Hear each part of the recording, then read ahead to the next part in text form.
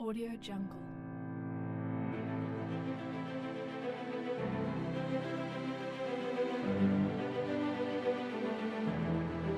Audio Jungle.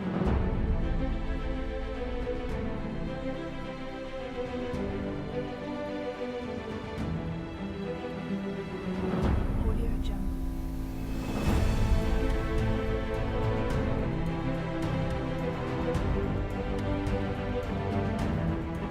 The Newfoundland Regiment's first objective on November 20th was a lock crossing over the St. Quentin Canal, west of the town of Manière.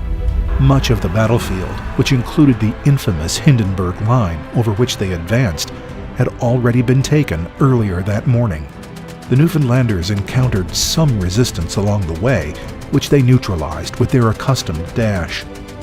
The approach to the first objective was heavily defended by enemy machine guns and snipers who had taken up positions in houses near the lock on both sides of the canal.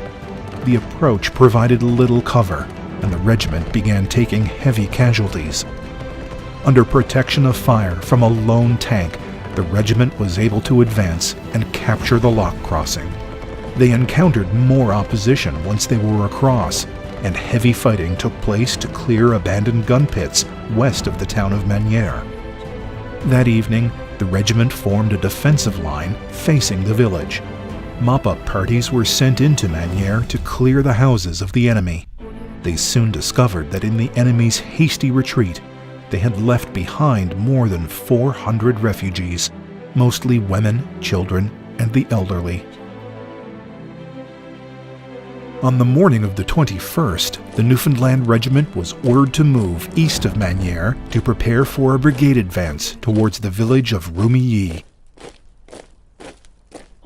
Before reaching their intended positions, an errant high-explosive shell landed in the middle of a column of soldiers, killing 7, including the regiment's famous sniper, Lance Corporal John Shiwak, and one of the heroes of Monchy-le-Preux, Sergeant Walter Pitcher.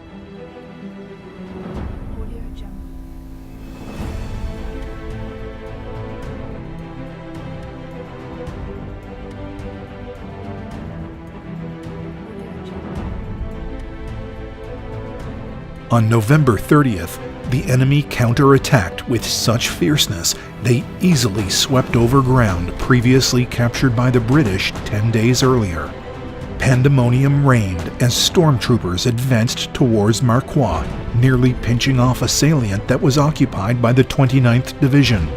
With no hesitation, the Newfoundland Regiment lowered bayonets and charged the enemy stormtroopers east of Marcoing, leading other regiments in an aggressive attack that stemmed the enemy advance.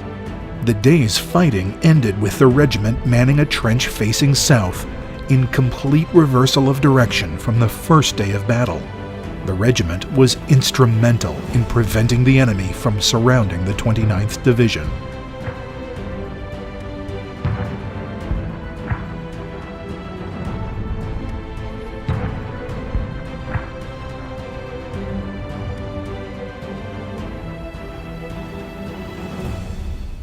Early on the morning of December 3rd, the enemy launched a ferocious artillery strike on the Newfoundland lines using trench mortars and field guns.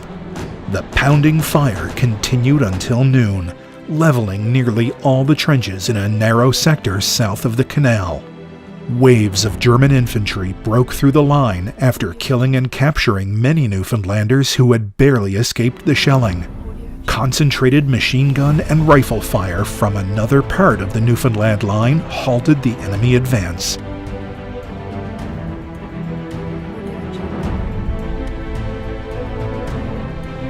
The Newfoundland Regiment's valiant role and sacrifice at the Battle of Cambrai would finally come to an end when they were relieved later that evening.